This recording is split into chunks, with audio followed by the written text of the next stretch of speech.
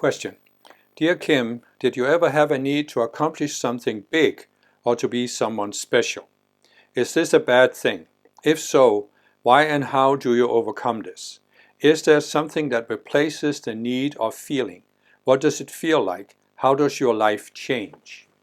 Well, I have actually talked about this in quite a few videos, but I'll just give a brief summary here. For the first many years of my life, I had this need to do something big and be special. And it wasn't really so much that I needed to feel better than others or I wanted to be famous or go down in history. But it was more that I had a need to feel useful, to feel that I had done something that was useful on earth, that had made a difference on earth.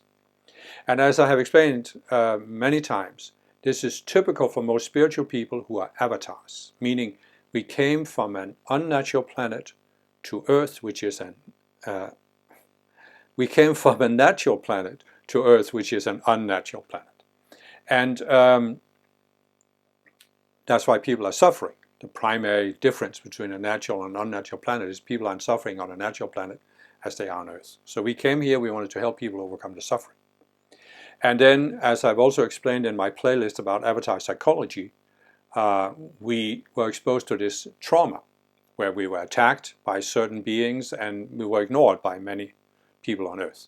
So we came to doubt whether we could accomplish what we thought we could accomplish before we came, whether we could actually make a difference here. And that's what is very deep in our psychology. And I can see that. I can see that going back to my earliest childhood and of course in past lives as well. But in my earliest childhood, I had this need to be useful, to make a difference. I couldn't just live an ordinary life and focus on, as my family and as many people around me, getting things, having things, getting an education, living the good material life that I could live in Denmark. That wasn't enough for me. So I needed to do something significant. And of course, when I found the spiritual path, that gave me an outlet for this, because now I could feel that by meditating, I was helping raise the collective consciousness as it was said in Transcendental Meditation, or by giving decrees to the Ascended Masters, I was helping manifest the Golden Age for Saint Germain. So it gave me an outlet for this. And for the first many years, this was my main motivation for walking the spiritual path. But then I had a shift that I've described before, so I'm just very briefly touching on it here. In 2002, I built up to this experience where I suddenly saw that for the first 25 years on the spiritual path, my motivation had been this outer motivation. I wanted to appear to be a certain way rather than actually rising to a higher level of consciousness. And I saw this, I saw the human ambition, the vanity of it, that it was never actually going to work. And then I let go of that. And this will seem a little tricky, perhaps, to people who know me, because in 2002 was when I started doing the work I have been doing for the Ascended Masters, publishing all these books, publishing all these websites where there's more material for free than there is in the books. And I've done conferences and workshops and this and that. So it may seem as if after I let go of this human ambition, I've actually done more to accomplish something. But you see, it hasn't been done with that human ambition I had before. See, so I haven't done it in order to accomplish something big or be someone special. I've actually done it as a service to first the Ascended Masters and other people, but in later years just as an expression of who I am. I don't have any need to feel special anymore. I've overcome that need to feel that I'm special because of the work I've done.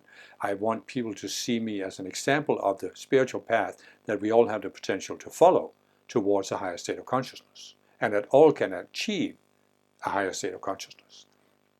And so the person is saying the need to accomplish something big or someone special, is this a bad thing? I won't say it's a bad thing, but it's a very frustrating state of mind to be in. I mean, I look at myself before 2002. I was generally frustrated with life and with myself because nothing was ever enough or good enough. And I was constantly feeling behind. I wasn't where I should be. I should be doing more. I was obsessive compulsive. And since I made that shift and let go of that, I have gradually become much and more at peace with myself, at being who I am, being on earth, and accomplishing whatever I accomplish. You know. So the person is saying, how do you overcome this? Well, I overcame it because I saw the vanity of it. I saw the impossibility of it. And I decided I first of all wanted a higher state of consciousness rather than some outer accomplishment. I actually realized in a certain way, I'm not sure I could have put that into word in 2002, but I realized that what I have been trying to do is create an image that I was in a higher state of consciousness instead of actually being in that higher state of consciousness. And so when I let go of trying to create the image, I overcame the frustration. And I started to feel gradually over time more and more at peace with myself. And that actually helped me climb towards that higher state of consciousness. If you have the desire to accomplish something based on the outer mind, the outer self, yes, you will feel constantly frustrated and constantly behind. Because it's not so easy to accomplish something on this planet, right? And how do you overcome it? Well, I overcame it by seeing the futility of it and deciding I first of all wanted to come closer to my higher self and to the Ascended Masters rather than anything in this world. And is there something that replaces the need or the feeling? Yeah. The feeling that you are just here to serve. For me, it was first to serve the Masters and to help other people. That was what motivated me for many years. But then eventually what replaced it was this need. I'm just here to express myself, my higher self. I'm just here to be who I am, to shine my light in the darkness. That's all I'm here for. And whatever results I produce, that's incidental. That's not really what I'm here for. I'm here when the teaching is given.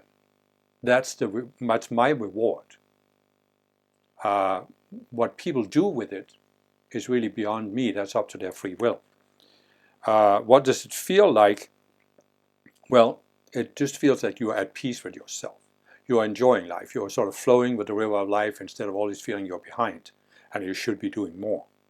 How does your life change? Well, I mean, my life has changed from being frustrated to being fulfilled, feeling I'm doing what I am here to do.